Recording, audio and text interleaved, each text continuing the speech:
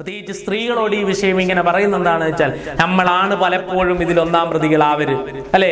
എത്ര സ്വർണത്തിന്റെ വില കൂടിയാലും ജ്വല്ലറി കട തുറക്കുന്നതിന് ഒരു പ്രയാസമില്ല അല്ലെ നമ്മളെ നാട്ടില് അല്ലെ. എല്ലാത്തിലും തിരക്കുവാണ്. എന്തേ മാറ്റണം എങ്ങനെ നടത്തിയാലും ഉപഭോക്താവിന് നഷ്ടം ഉണ്ടാകുന്ന ഒരു കച്ചവട സത്യത്തില് ആടെ നിന്ന് ഇറങ്ങി ഇങ്ങ് കാര്യമ്പോഴേക്ക് പണിക്കൂലിയാൻ കുറയും അല്ലെ. എന്നാലും നമ്മൾ പോകുമല്ലോ. എന്തേ ഡിസൈന് മാറുന്നതിനനുസരിച്ച് ഇപ്പുറത്തെ അനുകരണം വന്നപ്പോഴാണ് ഈ പ്രശ്നം വന്നത്. ആ സീരിയലിലെ നടിയിട്ട ജാതി വേണം, ഒരു വാങ്ങിയിടുന്നതൊക്കെ വാടക നമ്മൾ ആലോചിക്കൂലോ. അപ്പുറത്തെ സിനിമയിൽ ഇട്ടോള് വേണം, ഫിലിം സ്റ്റാർ ഇട്ടത് വേണം, ഇന്നത് വേണം അല്ലെ. ഇതൊക്കെ ഇപ്പൊ ആരെങ്കിലും ഇടുവോ? അങ്ങനെ നമ്മളെ കൊണ്ട് കെട്ടിക്കാത്ത പോലെയില്ല. നമ്മളറിയാതെ നമ്മളിങ്ങനെ ആരോ വലിക്കുമ്പോൾ ചലിക്കുന്ന പാവകളായി മാറി ഉപഭോഗ സംസ്കാരത്തിനെതിരെയൊക്കെ സ്ത്രീ ശബ്ദങ്ങളൊക്കെ ഉണ്ടാവുമെങ്കിലും ആ പറയുന്നോര് പോലും അതിന് ഇരകളായി പോവുക എന്നുള്ളതാണ് ഇന്നത്തെ കാലഘട്ടത്തിന്റെ വിരോധാഭാസം എന്ന് പറയുന്നത്. അതുകൊണ്ട് നമ്മൾ ആലോചിക്കുക, നമുക്ക് അനുകരിക്കാൻ അള്ളാഹുവും റസൂലും ഉണ്ട്, അത് മതി അല്ലേ. അവിടെ നിൽക്കണം നമ്മൾ, സത്യവിശ്വാസികളായ നമ്മൾ നിൽക്കണം. ഇപ്പോ നമ്മൾ ആലോചിക്കുക, സ്ത്രീകളാണ് ഈ രംഗത്ത് ഏറ്റവും കൂടുതൽ ഇസ്രാഫ് നടത്തുന്ന ആളുകൾ. പുരുഷന്മാരില്ല എന്നല്ല ഞാൻ പറയുന്നത്, പലപ്പോഴും പുരുഷന്മാരെ പ്രേരിപ്പിക്കാറുള്ളതും സ്ത്രീകളാണ് എന്ന് പറയാതിരിക്കാൻ പറ്റൂല അല്ലെ. അപ്പൊ നമ്മൾ ആലോചിക്കുക, നമ്മുടെ ഒരു നിലപാട് അള്ളാഹുവിന് ഇഷ്ടമുണ്ടാകണം എന്നുള്ളതാണ്. അപ്പൊ ഇബാദുർ റഹ്മാൻ, പടച്ച റബ്ബിന്റെ ഇഷ്ടപ്പെട്ട ഗുണങ്ങൾ, പടച്ച റബ്ബിന്റെ ഇഷ്ടപ്പെട്ട ദാസന്മാരുടെ ഗുണങ്ങൾ, ഈ പറഞ്ഞതൊക്കെ നമ്മളിലുണ്ടോ എന്ന് നമ്മൾ ആലോചിച്ചു നോക്കുക അല്ലെ. എന്താണ്? ഒന്ന്, അള്ളാഹുവിന് വിനയമുള്ളവരായി ഭൂമിയിലൂടെ നടക്കുന്നു, അള്ളാഹുവിന്റെ ഭൂമിയിൽ. രണ്ടാമത്തേത്, നാവിനെ സൂക്ഷിക്കുന്നു, രാത്രി എഴുന്നേൽക്കുന്നു, പരലോകത്തെ കുറിച്ച് ചിന്തിക്കുന്നു. അവർ സാമ്പത്തിക രംഗത്ത് കുറ്റകൃത്യങ്ങളിൽ ഇസ്രാഫും ബുഖ്ലുമില്ലാതെ പടച്ച റബ്ബിന്റെ മാർഗത്തിൽ, അല്ലെങ്കിൽ അള്ളാഹു പറഞ്ഞതുപോലെ പടച്ച റബ്ബിന്റെ അനുഗ്രഹങ്ങൾ എടുത്തുപയോഗിക്കുന്നു. ഇനിയോ അള്ളാഹു തുടർന്ന് പറഞ്ഞത്, വല്ലദീന ലാ യദ്ഊന മഅല്ലാഹി ഇലാഹൻ ആഖർ വലാ യഖ്തുലൂന അൻ-നഫ്സ അല്ലതി ഹറമല്ലാഹു ഇല്ലാ ബിൽ ഹഖി വലാ യസ്നൂൻ വമൻ യഫ്അലു ദാലിക യൽഖാ അസാമാ. എന്താ? അള്ളാഹുവിനോട് മാത്രം പ്രാർത്ഥിക്കുന്നവർ, അവർ അള്ളാഹു അല്ലാത്ത വേറെ ആരെയും വിളിച്ചു പ്രാർത്ഥിക്കൂല. പടച്ച റബ്ബിനെ മാത്രം ആരാധിക്കുന്നവർ അള്ളാഹുവിനോട് കരമുയർത്തി പ്രാർത്ഥിക്കുക, വേറെ എങ്ങോട്ടും പ്രാർത്ഥിക്കൂല അല്ലെ. ഒരു മക്ബറയിലേക്കും പ്രാർത്ഥിക്കൂല, ഒരു ജിന്നിനോടും ഒരു മലക്കിനോടും പ്രാർത്ഥിക്കൂല, ആരോടും പ്രാർത്ഥിക്കൂല. അള്ളാഹുവിനോട് മാത്രം ഏത് സമയവും അവർ പ്രാർത്ഥിച്ചു കൊണ്ടിരിക്കുന്നു, പടച്ച റബ്ബിനോട് പ്രാർത്ഥിക്കുന്നു അല്ലെ. ഇബാദത്തിന്റെ മജ്ജയായ പ്രാർത്ഥന അത് റബ്ബിനോട് മാത്രം അവരർപ്പിക്കുന്നു. അങ്ങനെ അള്ളാഹുവിനോട് പ്രാർത്ഥിക്കുന്നവർ,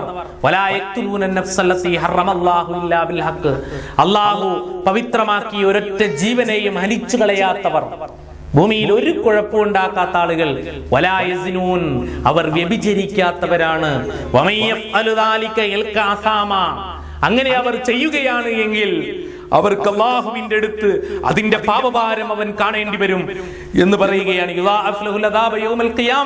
ഖിയാമത്ത് നാളിൽ ശിക്ഷ അല്ലാഹു ഇരട്ടിപ്പിച്ചു കൊടുക്കുകയും ചെയ്യും ഈ തെറ്റുകൾ ചെയ്യുന്ന ആളുകൾക്ക്. ഒന്ന്, അന്യായമായി ആരെങ്കിലെയും വധിക്കുക, അല്ലാഹു അല്ലാത്തവരോട് പ്രാർത്ഥിക്കുക, ശിർക്ക് ചെയ്യുക അല്ലെ. എന്തെല്ലാം ശിർക്കുകൾ നമ്മുടെ സമൂഹത്തിലുണ്ട്. പടച്ച റബ്ബിന് കൊടുക്കേണ്ട ആരാധനകൾ, നേർച്ചകൾ, വഴിപാടുകൾ മറ്റുള്ള ആളുകൾക്ക് കൊടുക്കുന്ന ആളുകളുണ്ട്. അള്ളാഹുവിനോട് പറയേണ്ട കാര്യങ്ങൾ, അള്ളാഹു സമീആണ്, അള്ളാഹു ബസീറാണ്. പടച്ചോ കേൾക്കുന്ന പോലെ ആരും കേൾക്കൂല. പടച്ചോ കാണുന്ന പോലെ ഒരു സൃഷ്ടിയും ഒരു മനുഷ്യനും ഒരു ലോകത്തൊരു സൃഷ്ടിക്കും കാണാൻ കഴിയില്ല. നോക്കൂ നിങ്ങൾ, ആ പടച്ച തമ്പുരാനിൽ പങ്കേർക്കുക. പടച്ചോൻ കേൾക്കുന്ന പോലെ കേൾക്കും, പടച്ചോൻ കാണുന്ന പോലെ കാണും എന്ന് പറയാ, എന്നിട്ട് അങ്ങോട്ട് പോവുക അല്ലെ. അപ്പൊ നിങ്ങൾ കേട്ടിട്ടില്ല ഒരു മുടിയും കൊണ്ട് ആൾക്കാർ കളിക്കണ കളി? നോക്ക് നിങ്ങള്. അപ്പൊ ആൾക്കാരൊക്കെ ഇപ്പൊ തോന്നാണ് ഇത് എന്തൊരു ഇസ്ലാമാ പടച്ച റബ്ബേ, ഒരു മുടിക്കഷ്ണത്തുമ്മലാണോ ഇപ്പൊ ഇസ്ലാം അല്ലെ. എല്ലാരും പുച്ഛത്തോടെ അപ്പൊ ചോദിക്കുക, അല്ല നിങ്ങളെ മുടി എന്തായി? അപ്പൊ കേൾക്കണൊക്കെ മുടിയാണ്. ഈ രൂപത്തിലേക്ക് അന്ധവിശ്വാസങ്ങൾ പടർന്നു പിടിച്ചിരിക്കുന്നു. ഇതെന്താ? ബർക്കത്ത് വേറെ എവിടുന്നോ കിട്ടൂന്ന് വിചാരിച്ചിട്ടാണ്. അല്ലാഹു സുബ്ഹാനഹു തആലയിൽ നിന്ന് മാത്രം അനുഗ്രഹം പ്രതീക്ഷിക്കുക. അഭൗതികമായ നിലക്ക് നമുക്ക് സഹായമോ എന്തെങ്കിലും പരീക്ഷണങ്ങളോ ഉപകാരമോ ഉപദ്രവമോ ചെയ്യാൻ അള്ളാഹ്ക്ക് മാത്രമേ കഴിയുള്ളൂ. ആ പടച്ച റബ്ബിനോട് മാത്രമാണ് പ്രാർത്ഥിക്കേണ്ടത്. ഈ ഭൂമിയെ നമുക്ക് സംവിധാനിച്ച്, നമ്മളെ പേന കൊണ്ട് എഴുതാൻ പഠിപ്പിച്ച്, നമുക്ക് രാവും പകലും മാറ്റി മാറ്റി നൽകി, കുടിക്കുവാനുള്ള വെള്ളം നൽകി, മനോഹരമായ അരുവികൾ നൽകി, മനോഹരമായ പ്രകൃതി നൽകി, സസ്യലതാദികൾ നൽകി, അതിൽ മഴ നൽകി, മഴയിലൂടെ നമുക്ക് തിന്നാനും കുടിക്കുവാനും ഉടുക്കുവാനുമുള്ള വസ്ത്രങ്ങളും ഭക്ഷണങ്ങളും സംവിധാനിച്ചു വെച്ചിരിക്കുന്ന പ്രപഞ്ചനാഥനെ മാത്രം ആരാധിക്കുക, അവരോട് മാത്രം പ്രാർത്ഥിക്കുക.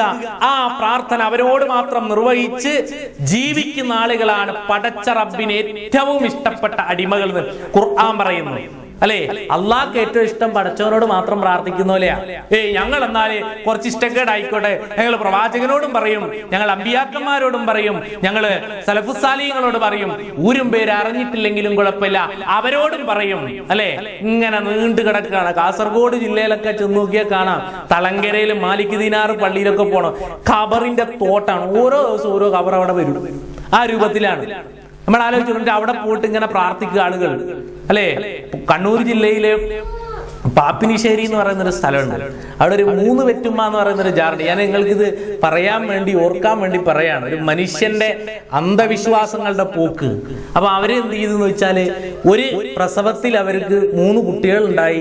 ആ ഉമ്മയും 3 കുട്ടികളും അവിടെ തന്നെ മരിച്ചുപോയി.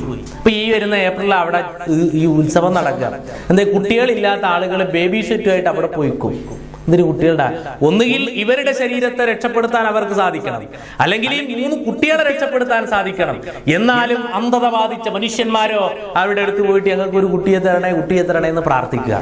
നോക്കൂ നിങ്ങൾ, അള്ളാഹുവിന് ഇഷ്ടമില്ലാത്തവർ വളരെ ഇത്രമാത്രം ദൂരവ്യാപകമായ ഭവിഷ്യത്തുകൾ ഉണ്ടായെന്നറിയും. ഒരിക്കല് തളിപ്പറമ്പില് നമ്മുടെ പ്രവർത്തകരെല്ലാം കൂടെ ഒരു ക്യാമ്പ് ചെയ്യുമ്പോൾ അമ്പലത്തിൽ നിന്നൊരു ഫർദയും മഫ്തയിട്ട് ഒരു സ്ത്രീ ഇറങ്ങി വരുന്നു. അപ്പൊ അവിടെ നിന്നു നമ്മുടെ പ്രവർത്തകരോട് വന്നിട്ട് ചോദിച്ചു. അവര് ചോദിച്ചു, നിങ്ങൾ എന്തിനു പോയതാണ്, അമ്പലത്തിൽ എന്തിനാ പോയതെന്ന് ചോദിച്ചു. അത് എനിക്ക് കുട്ടികളില്ലായിരുന്നു, ഈ അമ്പലത്തിലേക്ക് നേർച്ച നേർന്നാൽ കുട്ടീനെ കിട്ടുമെന്ന് എന്റെ അയൽവാസി പറഞ്ഞു. അങ്ങനെ നേർന്നു.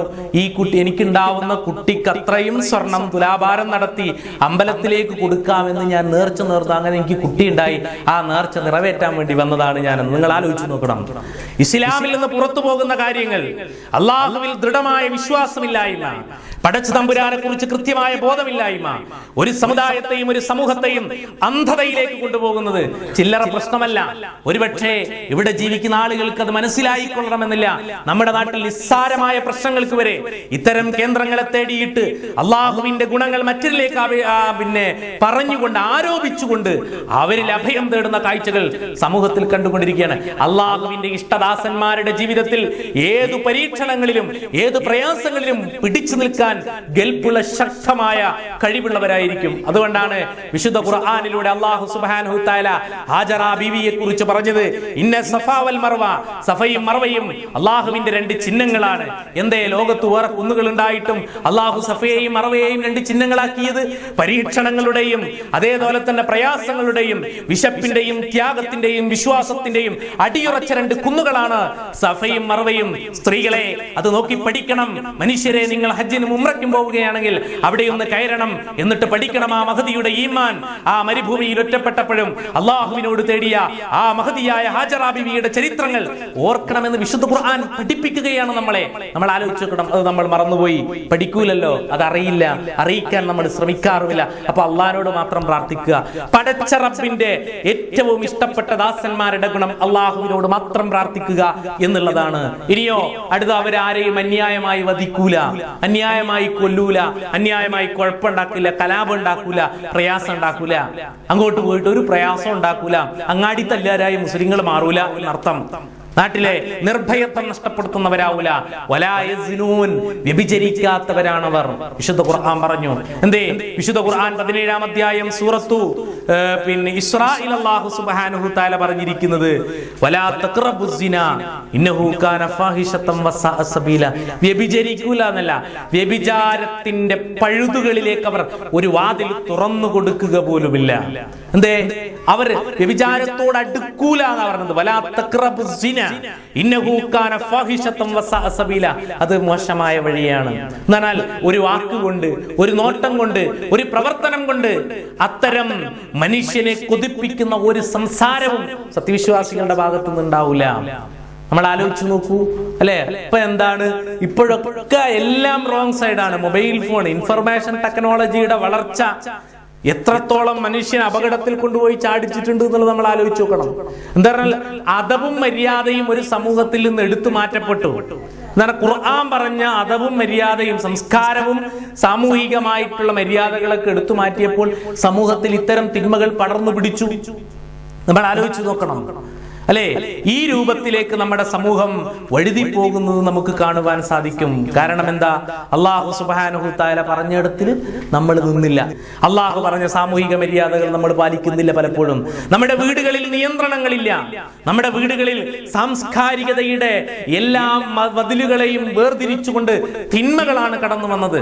നമ്മുടെ ഡൈനിങ് ഹാളിൽ പോലും മനുഷ്യന്റെ ലജ്ജ എന്ന് പറയുന്ന ഗുണങ്ങൾ എടുത്തു കളയുന്ന ചാനലുകളുടെ അതിപ്രസരം നമ്മുടെ സമൂഹത്തിൽ ഉണ്ടാക്കിയിരിക്കുന്ന പ്രയാസങ്ങൾ ചില്ലറയല്ല. നാണം മറയ്ക്കാത്ത സംസാരങ്ങളുടെ ചവറ്റുകൊട്ടകളായി നമ്മുടെ മലയാളം ചാനലുകൾ മാറിയിട്ടുണ്ട്. അല്ലെ? നമ്മുടെ സമൂഹത്തിലേക്കുള്ള കീടങ്ങളെ വളർത്തുന്ന ചവറ്റുകൊട്ടകളായി മാറിയിട്ടുണ്ട് നമ്മുടെ സ്വീകരണ മുറികൾ. നമ്മുടെ അങ്ങാടിയിലൂടെ ഒഴുകുന്ന കൊതുകുകൾ, ഓടകളിലൂടെ ഒഴുകുന്ന മലിനജലത്തിലാണ് കൊതുകുകൾ വളരുന്നെങ്കിൽ സമൂഹത്തിലേക്കുള്ള കൊതുകുകളെ വളർത്തുന്നതിന്റെ ഒന്നാമത്തെ സ്ഥലം നമ്മുടെ വീടുകളാണ്. എന്താ? നിയന്ത്രണമില്ലാതെ എന്ന് പറഞ്ഞാൽ ഒരിക്കലും ഒരു മനുഷ്യന്റെ മനസ്സിലേക്ക് കടന്നു വരാൻ പാടില്ലാത്ത ചിന്തകളും ചിത്രങ്ങളും നൽകിയിട്ട് നമ്മുടെ സമൂഹത്തെ പഠിപ്പിക്കുകയാണ്. ഒരു സംസം വെള്ളം ഉയർന്നു വരേണ്ട നമ്മളുടെ വീട്ടിന്റെ ഉള്ളറകളിൽ ഏറ്റവും വലിയ തിന്മകളുടെ ചെളിക്കുണ്ടുകളായി മാറിക്കൊണ്ടിരിക്കുന്നു. പരസ്പരമുള്ള ലജ്ജയുടെ വാതിലുകൾ എടുത്തു മാറ്റപ്പെട്ടപ്പോൾ ഇന്ന് സിനയും അതോടനുബന്ധമായ പ്രവർത്തനങ്ങളും സമൂഹത്തിൽ ഒരു പ്രയാസകരമല്ലാതായി തീർന്നു. അല്ലാഹു സുബ്ഹാനഹു തആല വിശദീകരിച്ചു, ഏ മനുഷ്യരെ, ദാ നിങ്ങളുടെ ദൃഷ്ടികളെ നിങ്ങൾ താഴ്ത്തണം. ദൃഷ്ടികളെ നിങ്ങൾ താഴ്ത്തിയിട്ട് വേണം നിങ്ങൾ ജീവിക്കുവാൻ. കാരണം അത് ചിലപ്പോൾ നിങ്ങളുടെ തിന്മയിലേക്ക് നയിക്കും. അതുകൊണ്ട് യാ അയ്യുഹല്ലദീന ആമനൂ യഗ്ളൂ മിൻ അബ്സാരിഹിം, നിങ്ങളുടെ ദൃഷ്ടികളെ നിങ്ങൾ താഴ്ത്തുക.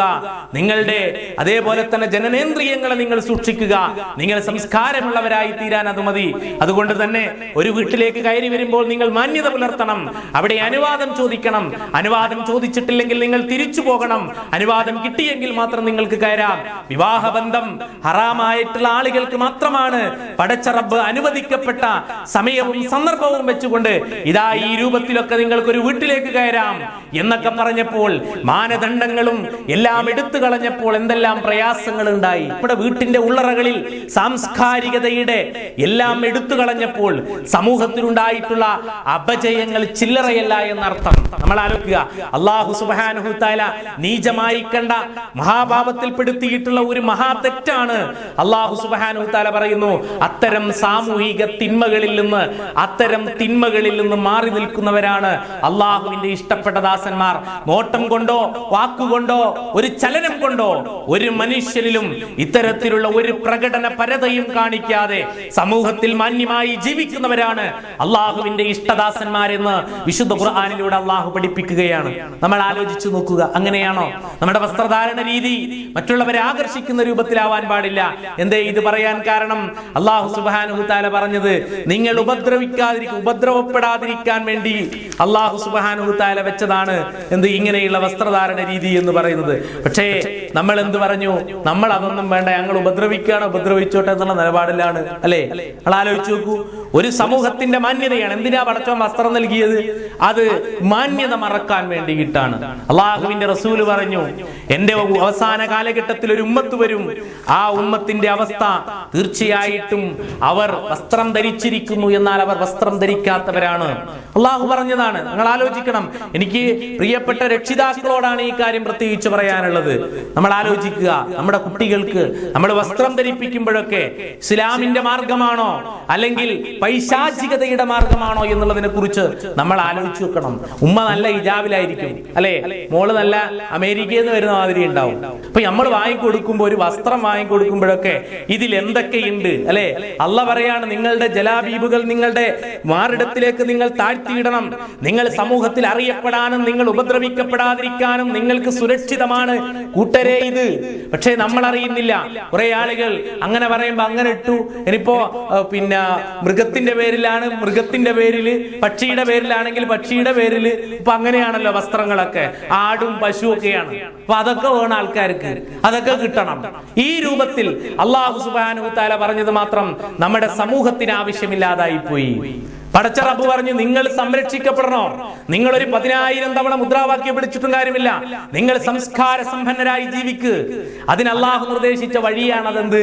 നിങ്ങളുടെ ജലാബീബുകൾ നിങ്ങളുടെ മാറിടത്തിലേക്ക് താഴ്ത്തിയിടുകയും മാന്യമായി വസ്ത്രം ധരിച്ചുകൊണ്ട് മാന്യമായി ഇടപഴകിക്കൊണ്ട് ജീവിച്ചാൽ അല്ലാഹു നിങ്ങൾക്ക് സംരക്ഷണം തരാമെന്ന് വിശുദ്ധ ഖുർആനിലൂടെ അല്ലാഹു നൽകിയതാ. ആ മാർഗം നമ്മൾ എടുത്തു കളഞ്ഞപ്പോൾ എന്തുണ്ടായി? സ്വാഭാവികമായും പ്രയാസങ്ങൾ ഉണ്ടായി. അപ്പോൾ ഒരു പ്രവർത്തനങ്ങൾ കൊണ്ടും സിനയിലേക്ക് എടുക്കുന്ന അല്ലെങ്കിൽ അത്തരത്തിൽ ചിന്തിപ്പിക്കുന്ന രൂപത്തിലുള്ള പ്രവർത്തനങ്ങൾ മുസ്ലിം സമൂഹത്തിന്റെ ഭാഗത്തുനിന്ന് ഉണ്ടാവാൻ പാടില്ല എന്നുള്ളത് വിശുദ്ധ ഖുർആനിലൂടെ അല്ലാഹു സുബ്ഹാനഹു വ തആല വളരെ കൃത്യമായി പറഞ്ഞിട്ടുള്ള കാര്യങ്ങളാണ്. അങ്ങനെ ചെയ്താൽ എന്താണ്? യുദാഅഫുൽ അദാബ യൗമുൽ ഖിയാമ. പടച്ച റബ്ബിന്റെ പടച്ച തമ്പുരാൻ ഖിയാമത്ത് നാളിൽ ഇരട്ടിയായിട്ട് കൊടുക്കും. അല്ലെ, എന്നും ഇതിങ്ങനെ നിൽക്കൂല. നോക്കി നിൽക്കുന്ന താരകങ്ങൾ തായോട്ട് വരും. ആകാശങ്ങൾ ഇടിഞ്ഞു പൊളിഞ്ഞു വീഴാനുള്ളതാണ്. സഞ്ചരിക്കുന്ന ഭൂമികൾ നാളെ ഇത് ഇദാ സുൽസിലത്തിൽ അർളു സിൽസാലഹ, ഒന്ന് പ്രകമ്പനം കൊള്ളിച്ചാൽ അത് കഴിഞ്ഞു പോകും. വാഖറജത്തിൽ അർളു അസ്ഖാലഹ, ഭൂമിയുടെ ഭാരങ്ങളൊക്കെ പുറത്തേക്ക് വരും. വഖാലൽ ഇൻസാനു മാലഹ, മനുഷ്യൻ ചോദിക്കുകയാണ് എന്താണ് പറ്റിയത്, എന്ത് പറ്റിപ്പോയി എന്ന് ചോദിച്ചുകൊണ്ട് നാടുവാടും ഓടാനല്ല നമുക്ക് കഴിയില്ല. പ്രകമ്പനം കൊള്ളുമ്പോൾ തീർച്ചയായും ഒരു ഘോര ശബ്ദം മതി തകർന്നു പോവാൻ. യൗമുൽ അസിഫ, ചികിടടപ്പിക്കുന്ന ഒരു ദിവസം മതി. അൽ ഹഖ, തകർന്നു പോകുന്ന ഒരു ദിവസം. യൗമുൽ ഖുറൂജ്, പുറപ്പാടിന്റെ ദിവസം. യൗമുൽ വഈദ്, വാഗ്ദാന ദിവസം. യൗമുൽ ത്വലാഖ്, കണ്ടുമുട്ടുന്ന ദിവസം. വിശുദ്ധ ഖുർആനിലെ എമ്പാടും പേരുകളിൽ പ്രയോഗിച്ചുകൊണ്ട് പറഞ്ഞു, ആ ദിവസം നിങ്ങളിലേക്ക് വരാനുണ്ട് എങ്കിൽ പ്രിയപ്പെട്ടവരെ, നമ്മളെ കാത്തു നിൽക്കില്ല സമയം. ആ ദിവസം പടച്ച റബ്ബ് കൊടുക്കും ശിക്ഷ എന്നാ പറഞ്ഞത്. അല്ലെ, എന്നിട്ട് അല്ലാഹു ഒരു ഓപ്ഷനും കൂടെ വെച്ചു. പടച്ച റബ്ബിന്റെ അടിമകൾ ഇതൊക്കെ ചെയ്തു പോയിട്ടുണ്ട് എങ്കിൽ അത് തൗബ ചെയ്യാം. ഇല്ലാമൻ താബ വ ആമന വ അമില സ്വാലിഹൻ, തൗബ ചെയ്ത് വിശ്വാസം ഒന്ന് ഉഷാറാക്കി സൽക്കർമ്മങ്ങളൊക്കെ പ്രവർത്തിച്ചാൽ അവന്റെ തിന്മകളൊക്കെ മായ്ച്ച് അവിടെ നന്മകളെ അല്ലാഹു തരും. തൗബ ചെയ്യണം. പടച്ച റബ്ബിനോട് തൗബ ചെയ്ത് ഇഷ്ടദാസന്മാരായി തീരുവാനുള്ള പ്രവർത്തനങ്ങളിൽ ഏർപ്പെടണമെന്നാണ് വിശുദ്ധ ഖുർആൻ നമ്മളോട് ആവശ്യപ്പെടുന്നത്. നമ്മൾ ആലോചിച്ച് നോക്കുക. അല്ലെ, ഈ രൂപത്തിലാണ് അള്ളാഹുവിന്റെ ഇഷ്ടദാസന്മാർ പോകേണ്ടത്. അപ്പോൾ നല്ല രൂപത്തിൽ പടച്ച റബ്ബിനോട് പറയാം. ചെയ്തുപോയ അബദ്ധങ്ങൾ അള്ളാഹുവിനോട് ഏറ്റുപറയാൻ സത്യവിശ്വാസികൾക്ക് സാധിക്കണം. വിശ്വാസരംഗത്ത് അടിയുറച്ചു നിൽക്കണം. അതിനെന്ത് വേണം? അല്ലെ, നന്നായിട്ടൊന്ന് മനസ്സിനെ ശുദ്ധമാക്കാൻ നമുക്ക് സാധിക്കണം. നമ്മുടെ ജീവിതത്തിൽ ഒരു കാര്യം നമ്മൾ ചെയ്യുമ്പോൾ പടച്ച റബ്ബേ, ഇത് നിന്റെ തൃപ്തിക്കാണോ, അല്ല ഇത് നിന്റെ കോപത്തിനാണോ കാരണമാവുക? മാന്യന്മാരായ എഴുത്തുകാർ എഴുതി വെച്ചുകൊണ്ടിരിക്കുന്നുണ്ട്. ആ എഴുതി വെച്ചുകൊണ്ടിരിക്കുന്ന എഴുത്തുകൾ അല്ലാഹുവേ എന്റെ അടുത്ത് പടച്ച റബ്ബേ എനിക്ക് നന്മയാണോ തിന്മയാണോ ആ സൂക്ഷിപ്പുകാർ വെച്ചിരിക്കുന്നത് എന്നുള്ളതിനെ കുറിച്ച് ആലോചിക്കുകയും ചിന്തിക്കുകയും ചെയ്യണം. അപ്പോൾ സ്വാഭാവികമായും പടച്ച റബ്ബിന്റെ അടുത്തേക്ക് പോകാനുള്ള ഒരു മനസ്സുണ്ടാകും. ഏത് തെറ്റ് ചെയ്താലും റബ്ബ് ഓർത്തു തരും. അല്ലെ, ഖുർആൻ പറഞ്ഞതാണ്, സ്വന്തത്തോട് തെറ്റ് ചെയ്തു പോയ ആളുകൾ അല്ലാഹുവിന്റെ കാരുണ്യത്തെ കുറിച്ച് നിങ്ങൾ നിരാശരാവരുത്. പടച്ചോന്റെ അടുത്തേക്ക് പോകണം. പാപപങ്കിലമായ മനസ്സുമായി റബ്ബിന്റെ സവിധത്തിൽ കുമ്പിടുന്ന ഏതൊരു മനുഷ്യന്റെ പാപങ്ങളെയും അല്ലാഹു സുബ്ഹാനഹു വ തആല പുറത്തു കൊടുക്കും. അത്രയും കാരണമാണ്. നോക്കൂ, നിങ്ങൾ ഇതൊക്കെ പറഞ്ഞ ഇങ്ങനെയൊന്നും ചെയ്യാത്തവരാണ്. ഇനി നിങ്ങൾ ഇങ്ങനെയൊക്കെ ചെയ്യുകയാണെങ്കിലോ നിങ്ങൾ തൗബ ചെയ്തിട്ട് വേഗം മടങ്ങണം. നോക്കൂ, നിങ്ങൾ അള്ളാഹുവിന്റെ ഒരു സ്നേഹം, ഇത്ര സ്നേഹിക്കുന്ന ഒരു നാഥൻ നമുക്കുണ്ടായിട്ട് അങ്ങോട്ടൊരു സ്നേഹം നമുക്കില്ലെങ്കിൽ പ്രിയപ്പെട്ടവരെ, ശിക്ഷിക്കുക എന്നുള്ളത് ന്യായമായ ഒരു സംഗതിയല്ലേ? നമ്മൾ ആലോചിച്ചു നോക്കൂ. നിങ്ങൾ ഇങ്ങനെയൊക്കെ ജീവിക്കണം എന്ന് പടച്ചോൻ പറയാം. നിങ്ങൾ ഇങ്ങനെ നടക്കണം, ഇങ്ങനെ പോകണം, ഇന്നത് ചെയ്യരുത്, ഇന്നതൊക്കെ നിങ്ങളുടെ ജീവിതത്തിൽ ഉണ്ടാവണം. എന്നിട്ട് പടച്ചോൻ പറയാം, നിങ്ങളോട് അബദ്ധത്തിൽ അങ്ങനെയൊക്കെ വന്നു പോയെന്നിരിക്കുക, എന്നാ നിങ്ങൾ തൗബ ചെയ്തു കൊള്ളുക, പടച്ച റബ്ബിലേക്ക് അടുത്തുകൊള്ളുക. തീർച്ചയായിട്ടും അല്ലാഹു സുബ്ഹാനഹു തആല പടച്ച റബ്ബ് അല്ലാഹു സുബ്ഹാനഹു തആല സഹായിക്കുമെന്നാണ് അല്ലാഹു പറയുന്നത്. നമ്മൾ ആലോചിച്ചു നോക്ക്. ഇനി എന്തൊരു കാരുണ്യമാണ് റബ്ബ് നമ്മളോട് കാണിക്കേണ്ടത്, അല്ലെ? പടച്ച റബ്ബിന്റെ എത്ര വലിയ സ്നേഹമാണ് അല്ലാഹു നമുക്ക് നൽകിയിരിക്കുന്നത്. തെറ്റ് ചെയ്തു എന്ന് പറഞ്ഞാൽ നരകത്തിൽ നിങ്ങൾ സ്വർഗത്തിലേക്ക് വാന്നല്ലേ പടച്ചോൻ വിളിക്കണ്, നിങ്ങൾ സ്വർഗത്തിലേക്ക് വരൂ, തെറ്റുകൾ ചെയ്യാത്തവരായി തീരാൻ നിങ്ങൾ ശ്രമിക്കരുത്. വന്നു പോയിട്ട് പടച്ചോനോട് പറഞ്ഞോളിയും അല്ലെ. ഏതായാലും ഇപ്പൊ നാളെ തൗബ ചെയ്യാന്നുള്ളതല്ലോ തൗബയുടെ, അതല്ല എന്റെ വിഷയം. അതുകൊണ്ട് പെട്ടെന്ന് തന്നെ ചെയ്യാം. എന്താ അതിന്റെ അബദ്ധം? തിരുത്തലാണ് തൗബ. ചെയ്തു വരുന്ന തെറ്റുകളെ തിരുത്തിയിട്ട് മാറി നിൽക്കലാണ് തൗബ എന്ന് പറയുന്നത്. ഒരിക്കൽ അസ്തഗ്ഫിറുല്ലാഹ് എന്നറിയാം, പിന്നെയും പോയിട്ട് പിന്നെ അസ്തഗ്ഫിറുല്ലാഹ് എന്നറിയാം, അതല്ല. തിരുത്തിയിട്ട് തെറ്റിൽ നിന്ന് മാറി നിൽക്കലാണ് തൗബ എന്ന് പറയുന്നത്. അപ്പൊ നമ്മൾ ആലോചിക്കുക, പടച്ച റബ്ബേ, ഇന്ന സംഅ വൽ ബസറ വൽ ഫുആദ കുല്ലുൻ ഉലൈക കാന അൻഹു മസ്ഊല. കേൾവിയും കാഴ്ചയും ഹൃദയവുമൊക്കെ റബ്ബേ നീ ചോദ്യം ചെയ്യപ്പെടുന്ന അനുഗ്രഹമാണെങ്കിൽ ഈ പ്രപഞ്ചത്തെ മനോഹരമായി കാണാൻ അല്ലാഹുവേ നീ നൽകിയ കണ്ണുകൾ പടച്ച റബ്ബേ നിന്റെ മാർഗത്തിൽ തന്നെയാണോ ചെലവഴിച്ചത്? ഹറാമുകൾ കാണാനാണോ എന്റെ കാതുകൾ, എന്റെ ഹൃദയങ്ങൾ ആൽബങ്ങളും വൃത്തികേടുകളും കണ്ട് കുറെ പാട്ടുകൾ കേട്ട് മലീമസമായിട്ടാണോ ഉള്ളത്? അല്ലെങ്കിൽ ആ രൂപത്തിലാണോ ഞാൻ ചിന്തിച്ചു കൊണ്ടിരിക്കുന്നത് എന്നുള്ളതിനെ കുറിച്ചൊക്കെ ആലോചിക്കുക.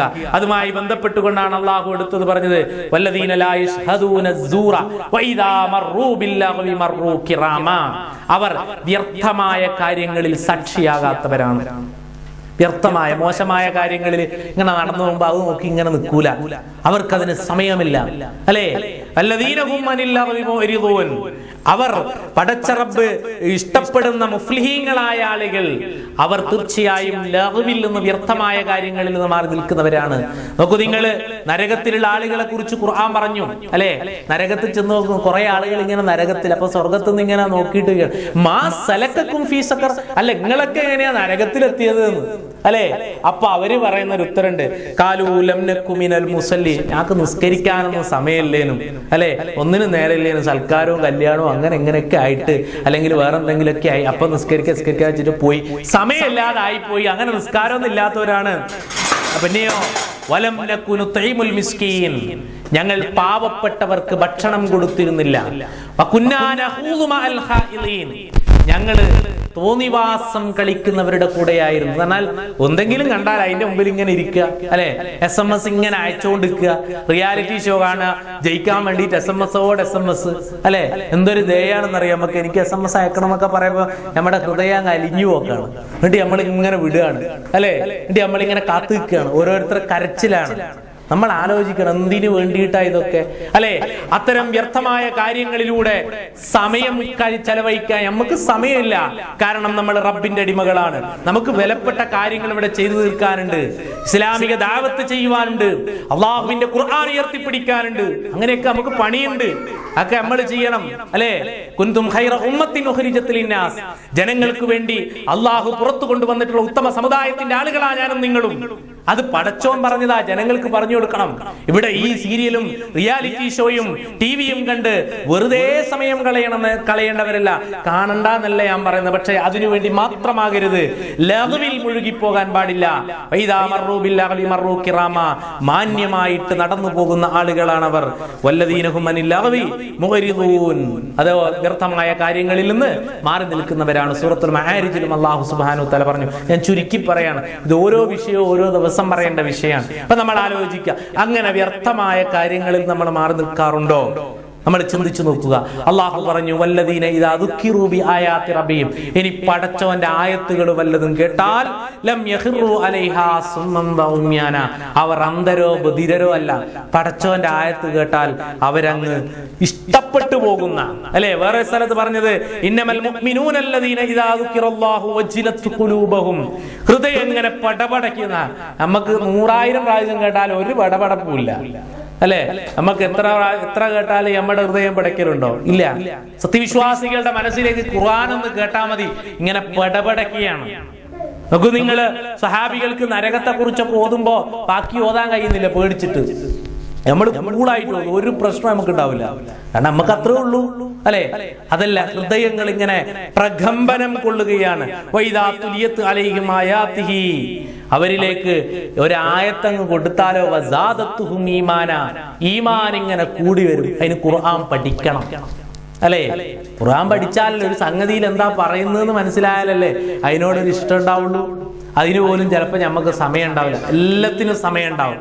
ആഴ്ചയിൽ മണിക്കൂറുകളോളം ലുലു ഹൈപ്പർ മാർക്കറ്റിലൊക്കെ പോയിട്ട് ഇങ്ങനെ വണ്ടി ഉന്തി അടക്കാൻ നമുക്ക് ചിലപ്പോൾ സമയം ഉണ്ടാവും. പക്ഷേ അള്ളാഹുവിന്റെ ഖുർആൻ പഠിക്കാൻ ആഴ്ചയിൽ 1 മണിക്കൂർ സമയം ഒരുപക്ഷെ നമുക്കുണ്ടാവില്ല. 24 മണിക്കൂർ സമയത്തിൽ ജീവിതത്തിന്റെ എല്ലാം ഭൗതികതയ്ക്ക് വേണ്ടി മാറ്റിവെച്ചു, ആഴ്ചയിൽ മാറ്റിവെച്ചു, അല്ലേ? എന്നാൽ 1 മണിക്കൂർ ആഴ്ചയിൽ ഈ വിദേശത്ത് പോലും അതിനുള്ള സംവിധാനങ്ങൾ ഉണ്ടല്ലോ, അല്ലെ?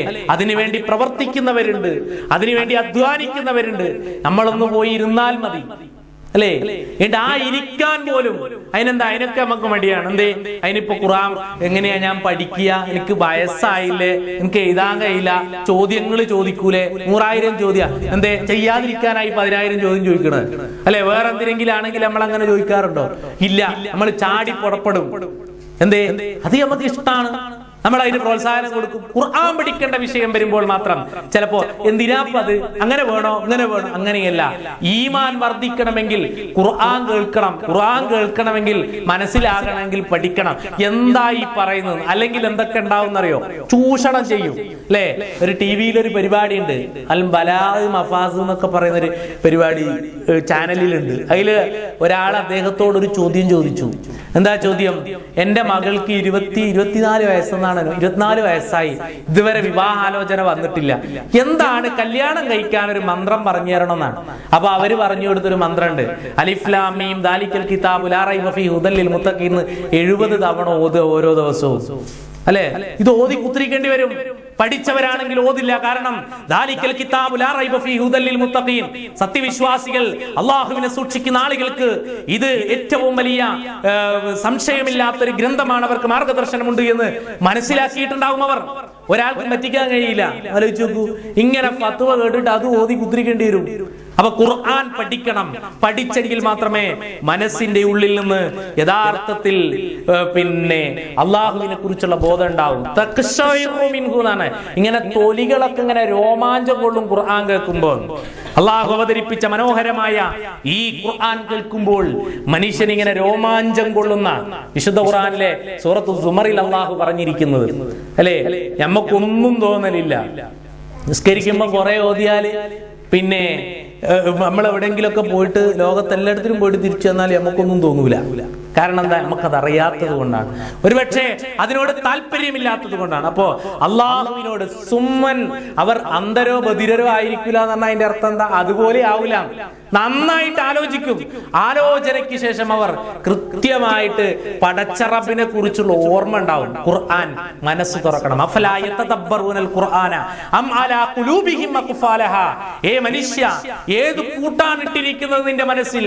ഖുർആനെ കുറിച്ച് ചിന്തിക്കാതെ ഏത് പൂട്ടിട്ടാണ് പൂട്ടിയിരിക്കുന്നത്? ആ പൂട്ടൊന്ന് പൊട്ടിക്കണം എന്നാ ഖുർആൻ പറഞ്ഞിരിക്കുന്നത്. അപ്പൊ ആ പൂട്ട് പൊട്ടിച്ചാൽ അള്ളാഹുവിനെ കുറിച്ചുള്ള ഓർമ്മ ഉണ്ട്. അപ്പൊ നമ്മുടെ ആഴ്ചയിൽ 1 മണിക്കൂർ സമയം അള്ളാഹുവിന്റെ ഖുർആൻ പഠിക്കാൻ വേണ്ടി നമ്മൾ മാറ്റി വെക്കുക. എന്ത് വന്നാലേ ഇല്ല, പടച്ച റബ്ബിന്റെ ഈ കലാം ഒന്ന് എനിക്ക് പഠിക്കണം, അതാണ് അള്ളാഹുവിന് ഇഷ്ടം, അല്ലെ? നമ്മൾ ഇങ്ങനെ നടക്കുകയല്ലേ, മുസ്ലിങ്ങളാണല്ലോ നമ്മൾ. ആലോചിക്കുക, പടച്ചോൻ നമ്മൾ ഇഷ്ടപ്പെടുന്നു. പടച്ചോൻ ഇഷ്ടപ്പെടണമെങ്കിൽ പടച്ചോന്റെ കിതാബ് പഠിക്കണം. ആ കിതാബ് കേൾക്കുമ്പോൾ അറിയാതെ അങ്ങ് പോകണം, അല്ലെ? അള്ളാഹുവിലേക്ക് പോകണം. വസാദത്തുഹും ഈമാന, എന്നിട്ട് ഈമാൻ ഇങ്ങനെ കൂടണം. ഒരു പ്രയാസം ഉണ്ടാവില്ല. ഖുർആൻ ഓതുമ്പോ പെട്ടെന്നൊരു പരീക്ഷണം വന്നു, നമുക്ക് എന്തെങ്കിലും പ്രയാസമുണ്ടായി, സഹിക്കാനും ക്ഷമിക്കാനും പഠിച്ച ഒരുപാട് പ്രവാചകന്മാരുടെ ചരിത്രങ്ങളുണ്ട്. രോഗമുണ്ടായി, അയ്യൂബ് നബിയുടെ ചരിത്രമുണ്ട്. മക്കളില്ലാതെ വിഷമിക്കുകയാണ്, ഇബ്രാഹിം നബിയുടെയും സക്കരിയ നബിയുടെയും ചരിത്രമുണ്ട്. ഇങ്ങനെ എമ്പാടും ചരിത്രങ്ങളുണ്ട് ഖുർആനിൽ. അതൊക്കെ പഠിക്കുമ്പോ മനസ്സിനൊരു സമാധാനം. എനിക്ക് മാത്രമല്ല, പ്രവാചകന്മാർ പോലും അഭിമുഖീകരിച്ചു പോയ ഒരുപാട് പ്രയാസങ്ങൾ അവർ അള്ളാഹുവിനോട് പ്രാർത്ഥിച്ചപ്പോൾ നീങ്ങിക്കിട്ടിയിട്ടുണ്ട്. റബ്ബേ, എന്റെ പ്രവർത്തനങ്ങൾക്കും എന്റെ പ്രയാസങ്ങൾക്കും ഒരു അറുതി ഉണ്ടാകുമെന്ന ദൃഢമായ വിശ്വാസത്തിൽ മനസ്സമാധാനത്തോടെ അമ്നോടെ ജീവിക്കുവാൻ അള്ളാഹുവിന്റെ ഖുർആൻ മുറുകെ പിടിക്കണമെന്നാണ് വിശുദ്ധ ഖുർആൻ ആവശ്യപ്പെടുന്നത്. അത് പഠിക്കണം. അതിന്റെ അടുത്ത് അന്തരം ബദിരരായിട്ട് വെറുതെ ഇങ്ങനെ പാരായണം ചെയ്താൽ പോരാ. പാരായണം ചെയ്താൽ കൂലിയുണ്ട്, കൂലി ഇല്ല എന്നല്ല ഞാൻ പറയുന്നത്. പക്ഷേ വെറുതെ ഇങ്ങനെ അക്ഷരങ്ങളിലൂടെയുള്ള വായനയല്ല, ആശയതലങ്ങളിലൂടെയുള്ള സഞ്ചാരങ്ങൾ നമ്മൾ ഉണ്ടാക്കിയെടുക്കണം. അതുണ്ടാക്കിയെടുക്കുമ്പോഴാണ് സമൂഹം വിജയിക്കുള്ളൂ. സഹോദരിമാരെ, ഒരുപാട് സമയം ഒരുപക്ഷെ നിങ്ങൾക്ക് ഉണ്ടാകും വായിക്കാനും പഠിക്കാനും ഒക്കെ. ഒരുപാട് സംവിധാനങ്ങളുണ്ട് നമ്മുടെ ഈ നാട്ടില്, അല്ലെ? ഇനി ഖുർആൻ ക്ലാസ്സിനൊന്നും വരികയും കഴിയില്ലെങ്കിൽ വീട്ടിലിരുന്ന് പഠിക്കാനുള്ള ഒരു വെളിച്ചം എന്ന് പറയുന്നൊരു പദ്ധതി ഉണ്ട് ഇവിടെ. നമ്മൾ ആലോചിക്കണം. അള്ളാഹുവിന് നിങ്ങൾക്ക് ഒരു വിധേനയും രക്ഷപ്പെടാൻ കഴിയില്ല എന്റെ അടുത്ത് ഖുർആനും കൊണ്ടെത്തിയിട്ടില്ല എന്ന്. കാരണം അള്ളാഹു സുബ്ഹാനഹു തആലയുടെ അടുത്ത് നാളെ പ്രവാചകൻ സാക്ഷി പറയുന്നു. 25-ാം അധ്യായം സൂറത്തുൽ ഫുർഖാനിൽ കാണാം. എന്തേ? അള്ളാഹുവേ, ഈ സമുദായത്തെ വെറുതെ വിടരുത്. ഈ ഉമ്മത്ത് ഖുർആനിനെ ഒരു പാഴ്വേലയായി സ്വീകരിച്ചവരാണ്. അത് ഖുർആൻ അവർ പഠിച്ചില്ല, അവർ മനസ്സിലാക്കിയില്ല, പഠിച്ചതനുസരിച്ചുകൊണ്ട് അവർ ജീവിച്ചില്ല. അതുകൊണ്ട് അല്ലാഹുവേ, ഇവരെ വെറുതെ വിടരുത് എന്ന് ഈ ഉമ്മത്തിനെ നോക്കിക്കൊണ്ട് നാളെ അല്ലാഹു സുബ്ഹാനഹു തആല പടച്ച റബ്ബിന്റെ മുമ്പിൽ പ്രവാചകൻ സാക്ഷ്യം പറയുമെന്ന് വിശുദ്ധ ഖുർആനിലൂടെ പറയാണ്. അതുകൊണ്ട് ചില്ലറ കാര്യമെല്ലാം നന്നായിട്ട് ആലോചിക്കണം. അപ്പോൾ ഇബാദുർ റഹ്മാൻ, അല്ലാഹുവിന്റെ ഇഷ്ടദാസന്മാർ ഖുർആൻ നന്നായിട്ട് പഠിക്കും. പഠിച്ചതനുസരിച്ചുകൊണ്ട് അവരുടെ ഈമാൻ ഇങ്ങനെ വർദ്ധിപ്പിച്ചുകൊണ്ടിരിക്കും. നമ്മൾ ആലോചിക്കുക. അതുകൊണ്ട് പ്രിയപ്പെട്ടവരെ, ആ രൂപത്തിൽ അവസാനം റബ്ബന അവർ പ്രാർത്ഥിച്ചു കൊണ്ടിരിക്കുന്നു.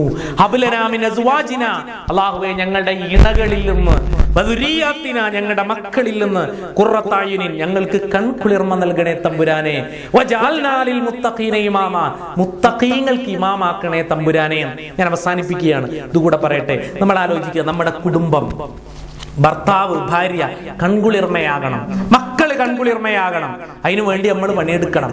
വജഅൽനാ ലിൽ മുത്തഖീന ഇമാമ മുത്തഖീങ്ങൾക്ക് ഇമാമാക്കണം. ചില്ലറ കാര്യമല്ല ചോദിക്കുന്നത്, അല്ലേ? പടച്ചോനെ, അള്ളാഹനെ സൂക്ഷിക്കുന്ന ആൾക്കാർക്ക് ഇമാമാക്കി, നേതാവാക്കി ഞങ്ങളെ മാറ്റുകയും ഞങ്ങളുടെ മക്കളിൽ നിന്നും, ഞങ്ങളുടെ ഭർത്താക്കന്മാരിൽ നിന്നും, ഞങ്ങളുടെ ഇണകളിൽ നിന്നും പടച്ച റബ്ബേ ഞങ്ങൾക്ക് കൺകുളിർമ നൽകണേ തമ്പുരാനെ. മക്കളുടെ പോക്ക് കാണുമ്പോൾ, മക്കളുടെ വരവ് കാണുമ്പോൾ, മക്കളുടെ പ്രവർത്തനങ്ങൾ കാണുമ്പോൾ ഒരു കൺകുളിർമ ഉണ്ടാകണം തമ്പുരാനെ, അല്ലെ? നമ്മൾ ആലോചിക്കണം.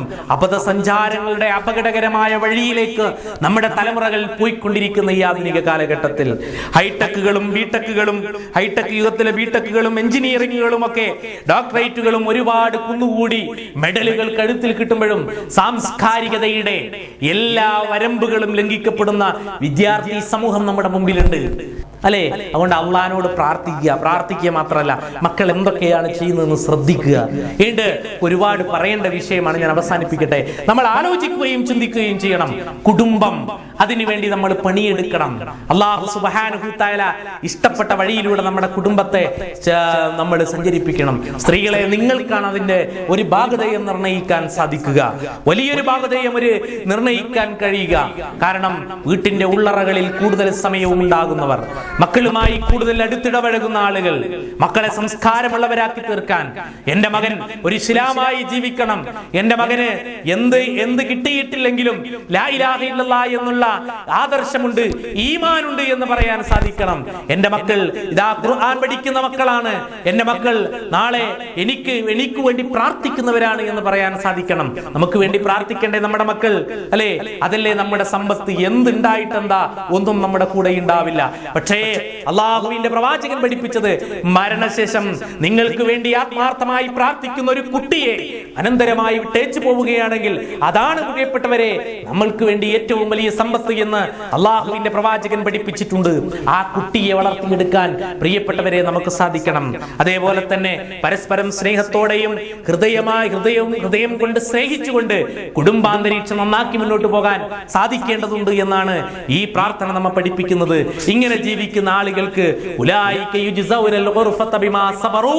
അവർക്കതാ അള്ളാഹുവിന്റെ മണിമേടകൾ ഒരുക്കി വെച്ചിരിക്കുന്നു.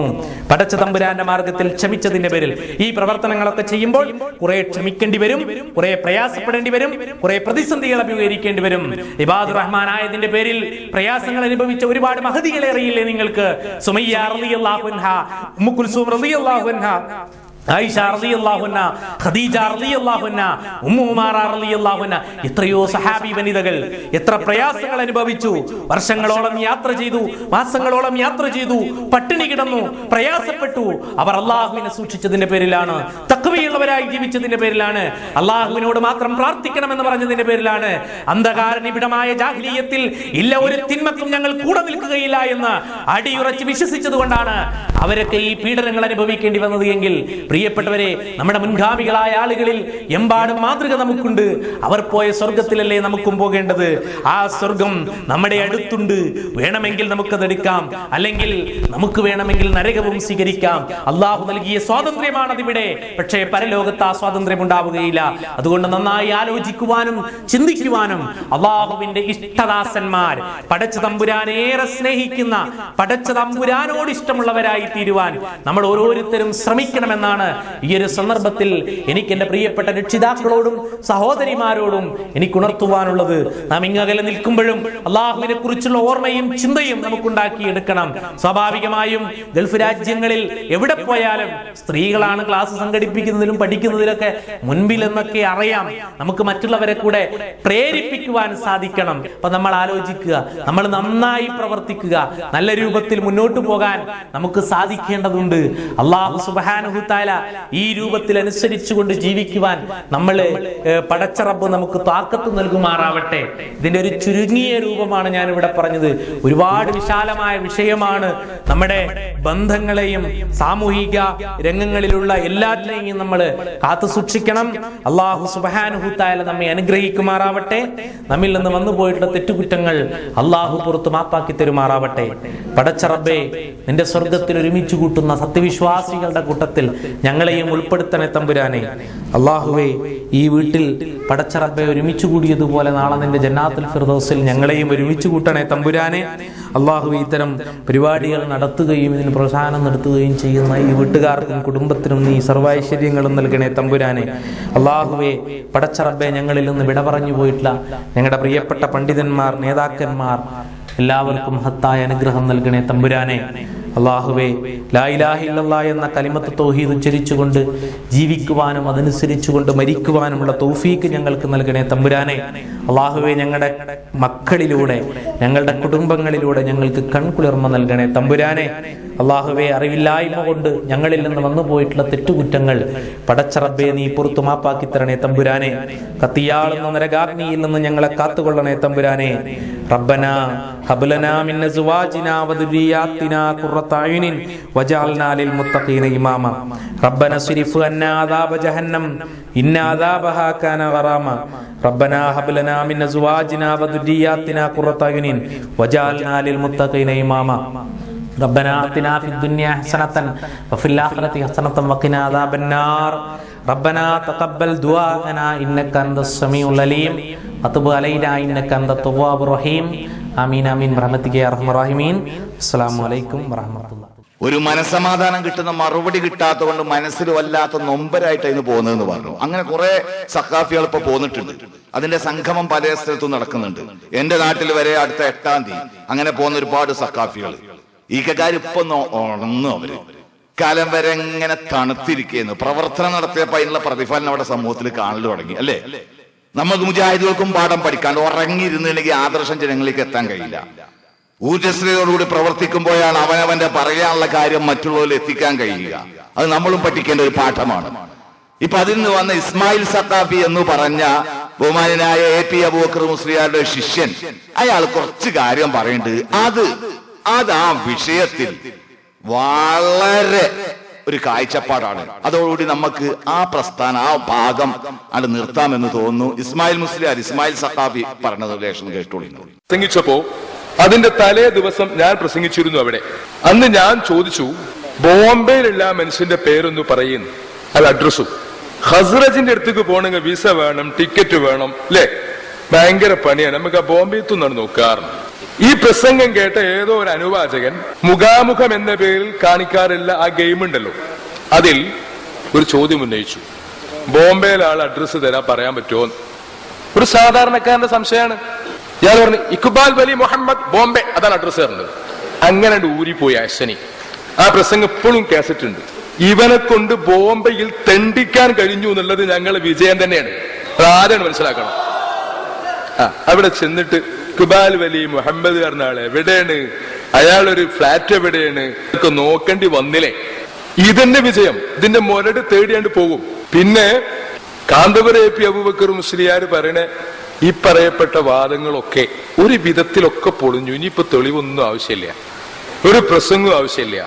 ഇപ്പൊ സാധാരണഗതിയിൽ മുടി എന്നാണ് പറയുമ്പോൾ ആൾക്കാർക്ക് ചിറി ഇങ്ങോട്ട് വരികയാണ് അല്ലെ.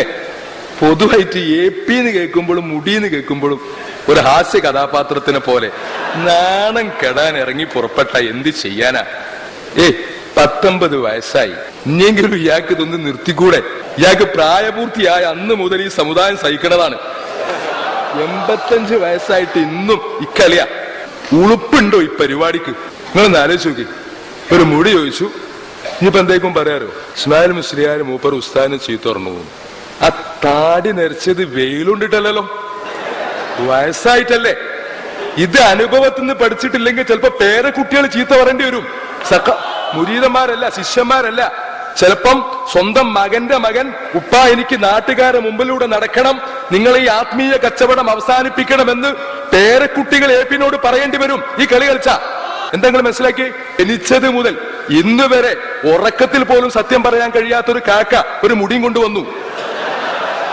എന്നിട്ട് ഞാൻ ചോദിക്കട്ടെ, ഞാൻ നിങ്ങളോട് ചോദിക്കാം, കേരളത്തിൽ നിങ്ങൾ കേട്ടതിൽ വെച്ച് ഏറ്റവും അധികം കളവ് പറയുന്ന ആളാരാ? പറയും. ഇത് സമൂഹത്തിന്റെ വിശ്വാസം, എന്റെ വിശ്വാസമല്ല. ഏറ്റവും അധികം അപവാദത്തിന് വിധേയനായ, അപവാദം ചെയ്തു എന്ന് സമൂഹം വിശ്വസിക്കുന്ന പണ്ഡിതനാരാ? പറയും. ഇത് ജനങ്ങളെ വിശ്വാസ, ഇസ്മായിൽ സഖാഫിന്റെ വിശ്വാസമല്ല. ഏറ്റവും അധികം സാമ്പത്തിക ക്രമക്കേട് കാട്ടി എന്ന് സമൂഹം ആരോപണം ഉന്നയിച്ച പണ്ഡിതനാരാണ്? പറയൂ. കാന്തപുരം അബൂബക്കർ മുസ്ലിയാർ. നിഷേധിക്കാൻ പറ്റുമോ? ഇത് സമൂഹത്തിന്റെ വികാരമാണ്, ജനങ്ങളെ വികാരമാണ്, ഇസ്മായിലിന്റെ വികാരമല്ല. ഇതിൽ ഞാൻ നിങ്ങളുടെ പിന്നിലാണ്. കാരണം നിങ്ങളൊക്കെ വളരെ ചെറുപ്പത്തിൽ അയാൾ മോശക്കാരനെ മനസ്സിലാക്കി. ഞാൻ വളരെ വൈകി. നിങ്ങൾ വിശ്വസിച്ചതിലേക്ക് ഞാൻ എത്തി എന്നതല്ലേ ശരി? ഞാൻ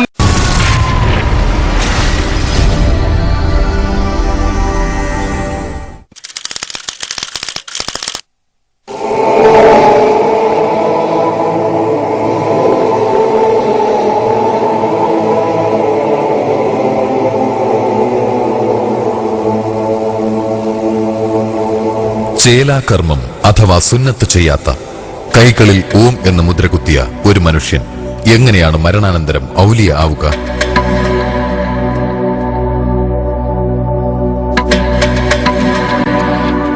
അല്ലാഹുവിൽ വിശ്വസിക്കാത്ത, 5 നേരത്തെ നമസ്കാരത്തിൽ ഒന്നുപോലും അനുഷ്ഠിക്കാത്ത ഒരു മനുഷ്യന് മരണശേഷം മക്ബറ ഉയർന്നതിന് പിന്നിലെ രഹസ്യമെന്താണ്?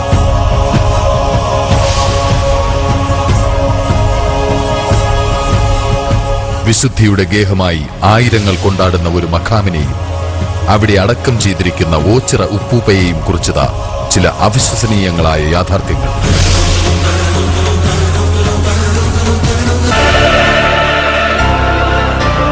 ജീവിച്ചിരിക്കുമ്പോൾ ഉപ്പൂപ്പയെ ഔലിയയാക്കി പ്രകീർത്തിച്ചു നടന്നവരിൽ ചിലർ അദ്ദേഹം മുസ്ലിമല്ലെന്ന് തിരിച്ചറിഞ്ഞ് വിമർശകരായ ചരിത്രവുമുണ്ട്.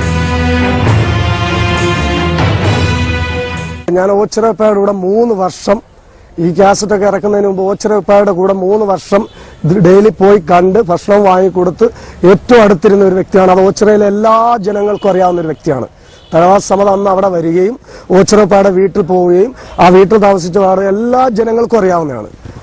ആ ഒരു സമയത്ത് ഞാൻ ഈ കാസറ്റ് ഇറക്കുമ്പോഴും ഞാൻ ഇദ്ദേഹം വലിയ പണ്ഡിതനാണ്, ഇദ്ദേഹം ആലിമാണ് എന്നുള്ള രീതിയിലാണ് ഞാനും അദ്ദേഹത്തിനോട്. യഥാർത്ഥത്തിൽ ഇതൊന്നുമില്ല. ഏക ദൈവത്തിന് അല്ലാതെ മറ്റാർക്കും ഒന്നും നൽകാൻ കഴിയില്ല.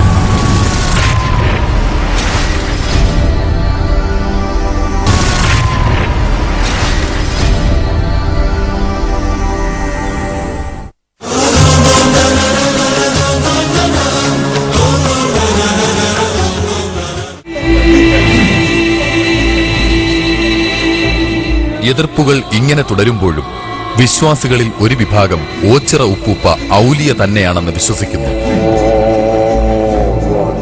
അദ്ദേഹത്തിന്റെ ഖബറിടം കാണാൻ ദിനേന 100 കണക്കിന് ആളുകൾ എത്തുകയും ചെയ്യുന്നു.